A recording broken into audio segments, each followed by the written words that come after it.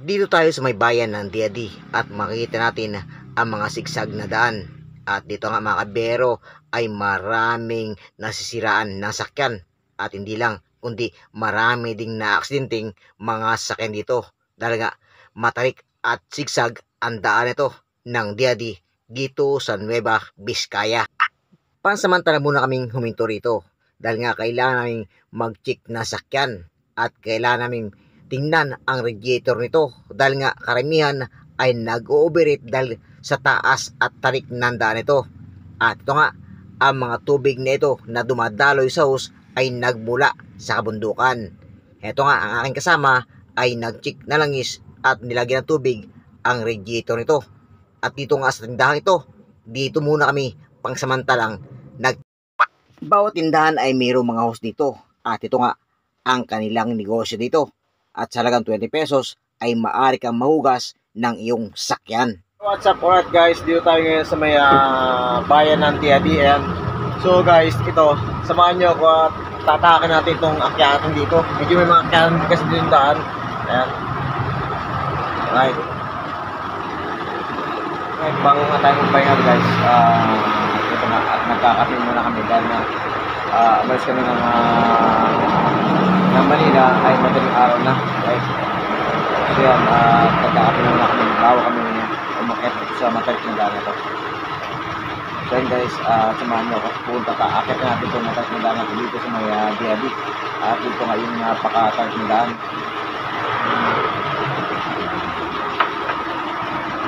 Dito tayo ngayon sa may bayan ng Diadi. Ayan.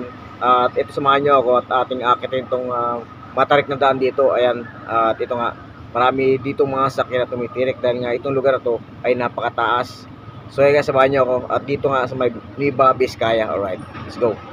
At ang mga hose na dinadalaw yan ng mga tubig ay may kanya-kanya ang mga tindahan dito. At dahil nga ito ay ginagawa din nilang negosyo.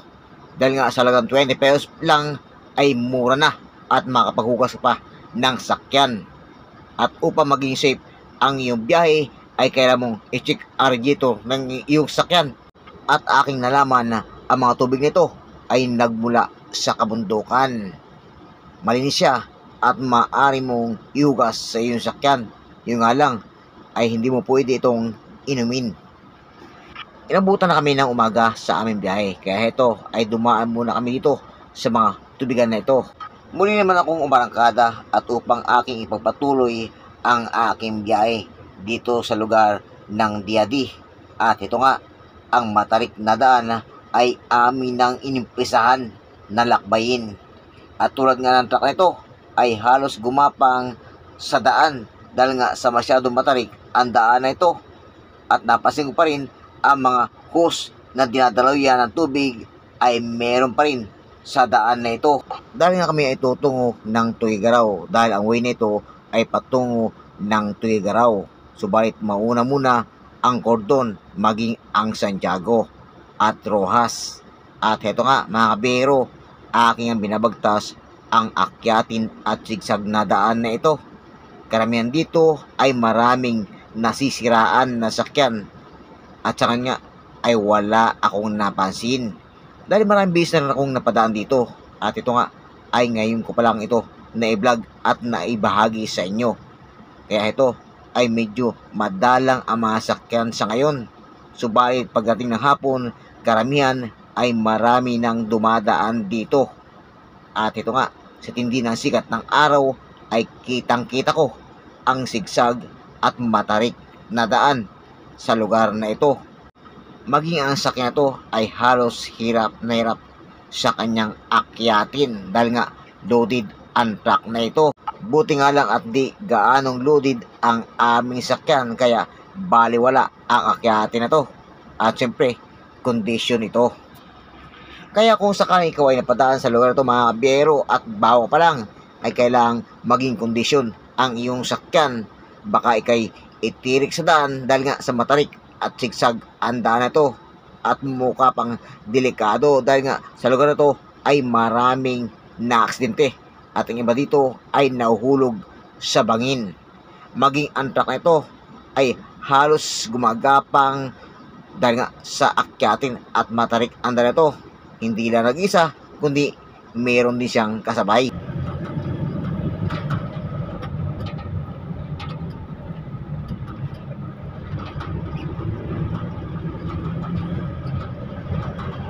At tulad nga ng mga truck na ito ay halos gumagapang sa akyatin. Kaya minsan ang dahilan dito ay nagkakaroon ng traffic sa lugar na ito. At ito nga ay nais ko mag-overtake, subalit ako'y medyo nag-aalangan. At itong sakyan na ito na aking sinusundan ay nainip, kaya ito ay nag-overtake sa mabagal na sakyan ito nasa aming unahan. At ito nga ay halos nakapila ang mga mabagal na sakyan. Maging ang truck na to ay baliwala sa akyatin. Mukha yatang kondisyon at ito ay tuloy-tuloy sa kanyang pag-overtake sa mga mabagal na sakyan na aming sinusundan.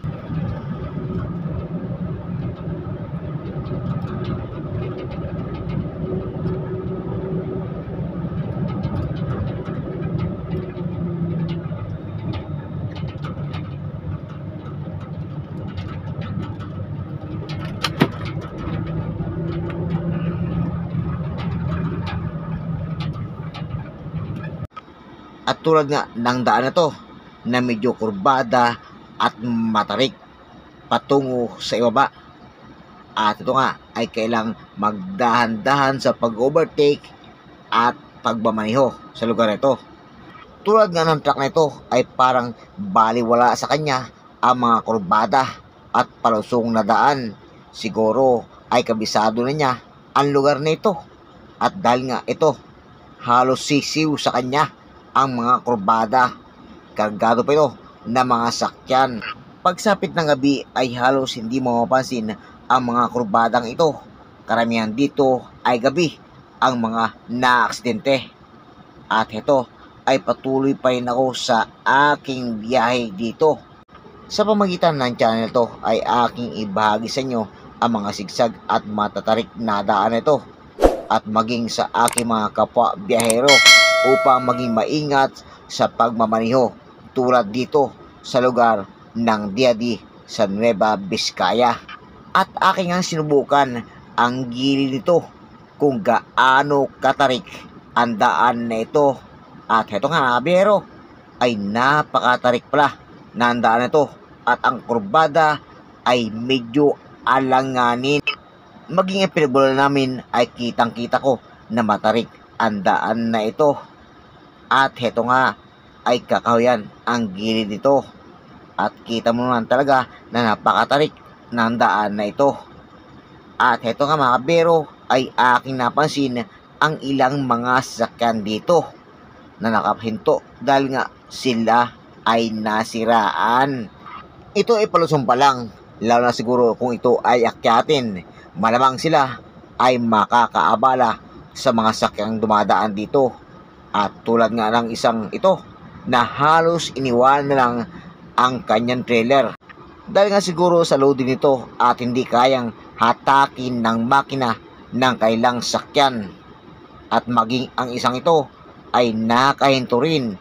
Siguro ay nasiraan sila. Patuloy kong sinusundan ang mga truck na ito dahil nga alanganin kapag ikaw ay mag-overtake dito dahil nga ang ilan ay nagsusulputan dahil nga matarik ang daan ito at sigsag. Patuloy kong nilalakbay ang mga sigsag na daan na ito at walang hangganan. Akala mo'y nasa Marcos Highway na patungo ng Baguio City ang daan na ito. Ninais ko mag-overtake sa akin na ito, subalit alanganin dahil nga mahaba ang truck na ito na aking sinusundan. At dahil nga siya ay loaded na mga sakyan na i-deliver nila. At ang daan na ito mga kabero ay medyo may kaliitan pa. Halos sakto lamang ang kasalubong ito. At dito naman sa daan kung aking pagmamasdan ay ito ay maayos naman. Hindi ko nga lang alam kung saan unan ay maayos tulad nito.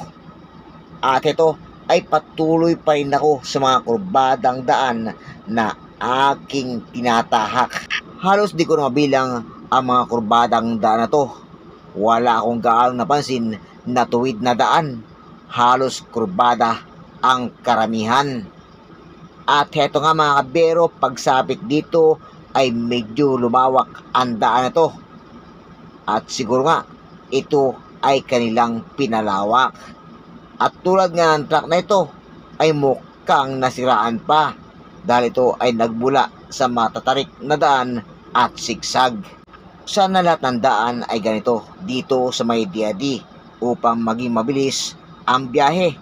At ito pala, ang mga biyahe itong bus ay ang Victory Liner. At meron kaming tulay dito na nadaanan. Subalit ito ay hindi gaanong kahabaan at hindi kalaliman. Akala ko ay sasabit ang kutsing ito na dala-dala ng isang tracker na ito. Aking napansin na halos wala mga kabahayan dito na aking nadaanan. Nakatakot naman kapag nasiraan sa lugar nito. Walang malapitan na hingan ng tulong. At ito nga ay medyo committed na naman ang daan nito. Alright guys, at ito nga nadaanan namin yung masigsag na daan dito sa may DIAD. Ayan, nakita nyo naman na mayroong maraming na-aksidente rito. At marami ding nasiraan dito sa daan na to. Dahil nga ito yung sigsag at matarik na daan. Ayan. So yan guys, dito nga, ang ibang daan dito ay ginagawa. At ito, medyo bumagal naman ang aming biyahe. Dahil nga sila ginagawa ang daan dito. Right. So yan, samahan nyo ako guys dito sa aking biyahe sa may bayan ng DIAD dito sa Nueva Vizcaya. Alright, let's go. Pagkalipas namin sa mga daan na sigsag at matarik ay dito naman kami sa ginagawa ang daan na to. Kaya pala biglang bumagal ang aming paglalakbay. At ito nga ay meron na akong mga kabayan dito na nakikita. At ang daan na to mga kabiyero ay one way lamang dahil nga sa ginagawa ito. Dahil sa kabiling bahagi pa lang ito natapos. At ito nga ay dahan-dahan kaming naglakbay patungo sa aming destinasyon. At dito pa rin sa may DIAD sa Nueva Vizcaya. Ginagawa man ang daan ito ay kitang-kita pa rin ang mga kurbadang daan na aking tinatahak. Maga pa lang kami ay napadpad dito kaya ito kami ay walang gaano mga sakyan na nakasalubong.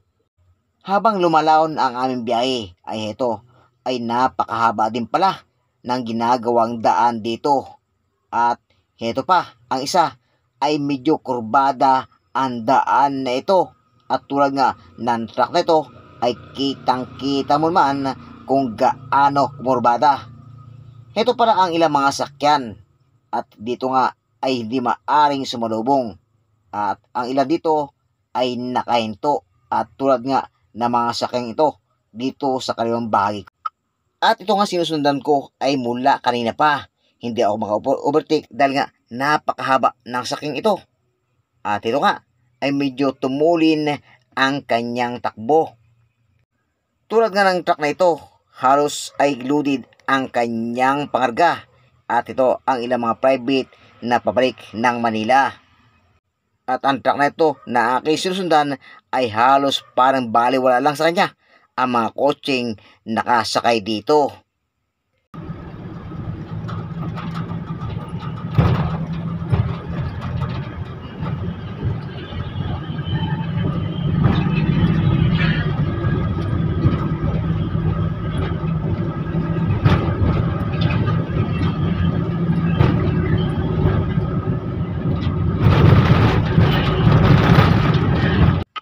Sa tube na to ay baliwala lang sa kanya ang daan. Kahit kurbada at sigsag, heto ay napakabilis ng kanyang takbo. Siguro ay matagal lang dumadaan dito at kabisado na ang lugar nito. At ang ilan natin mga kabiyahero ay heto, nagpapahinga sila sandali dahil nga napakaalwang tumambay dito dahil nga sa lumawak na ang daan na ito. At ito si kuya ay talaga mang napakatulin ng kanyang sakyan. Baliwala lamang ang mga kotseng nakasakay dito. Paano na kung mahulog ito? Ay siguradong datamputin ko ang isa rito. Habang kami bumabiyahe dito sa may lugar ng DIAD ay patindi ng patindi ang sikat ng araw. At dahil nga maaga pa lang kami umalis na sa aming garahe. At heto nga ay kailangang maaga kami makarating sa aming destination dahil nga napakahaba ng biyaheng ito. Ang biyahe ng Tuigaraw ay halos 12 oras mo itong lalakbayin. Kaya kung ikaw ay matatag sa puyat ay baliwala lamang ang biyaheng ito. Heto nga mga kabiyero ay dito tayo sa may proper ng Diadi. Dito pa rin sa Nueva Vizcaya. Heto nga ay biglang bumagal ang usad ng mga sakyan dito. Dahil nga ang iba dito ay kumakain at nagpapahinga dito sa may bayan ng Diadi. At ito nga ang proper nila. At pagsapit nga namin dito ay biglang bumagal ang aming biyahe. At ito, dito pala ay merong motor trade. At ito nga ang nakadisplay ang kailang mga motor na binebenta.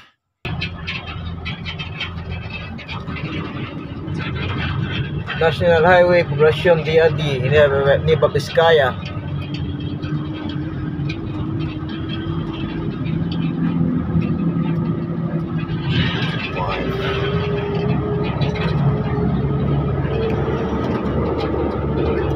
Diadi Central School.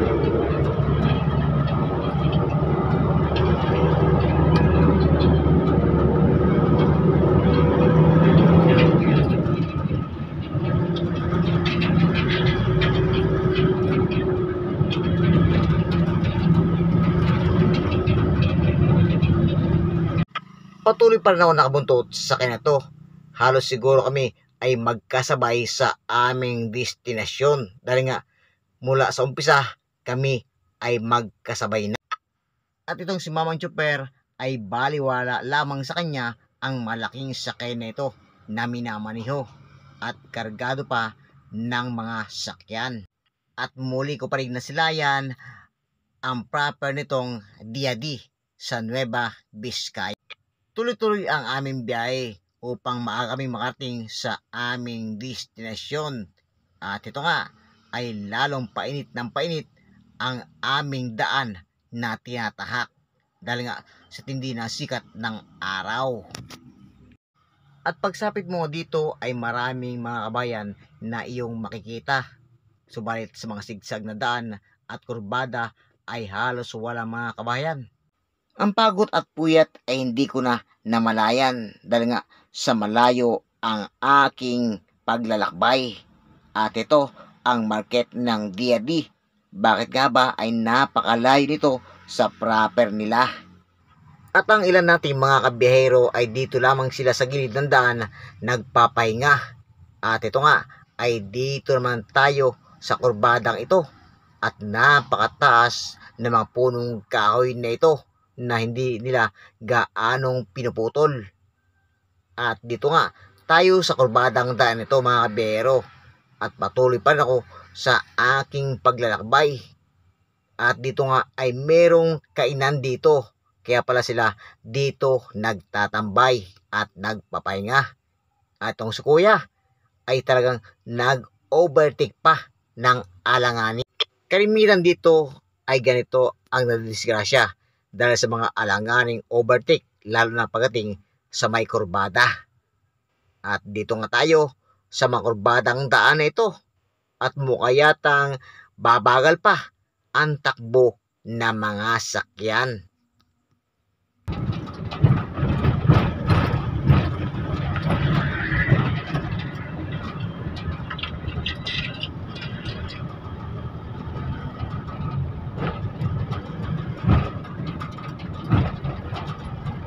Tower Bagat Ecotourism.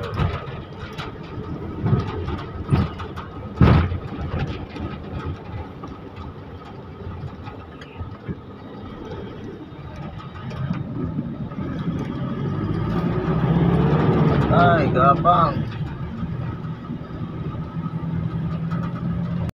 Muli namang naming dadanasin ang matarik na daan at kurbadang ito. At ito nga, sa bagal nitong sakyan ito, kami ay nag-overtake. Kaya ito ay patuloy pa rin kami sa aming paglalakbay. At nakabuntot pa rin kami dito sa may truck na ito na kargado ng sakyan.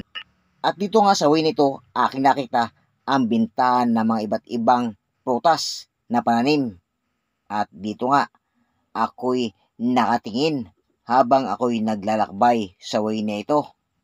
At dahil nga ito ay medyo kurbada at alanganin na daan, napakalaking bagay talaga ng mga punong kahoy. Dahil nga ito ay nagbibigay lilim. Subalit kung wala ito, ay napakainit sigurado ang lugar na ito na aming tinatahak.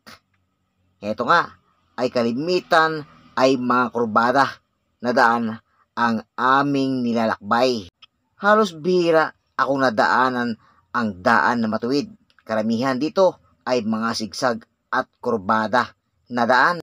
Sa tindi ng sikat at liwanag ng araw ay halos kitang-kita ko ang lawak ng daan ito, maging ang kurbadang daan. At ito nga ay bigla na kaming bumagal.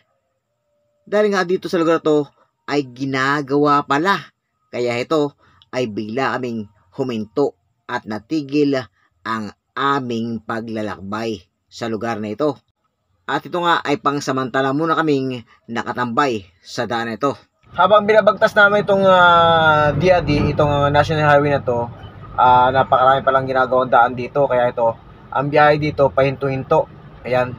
So, ito nga, malaking bagay din to na mabagal yung biyahe bago marating sa patungo ng patungo ng Isabela, right?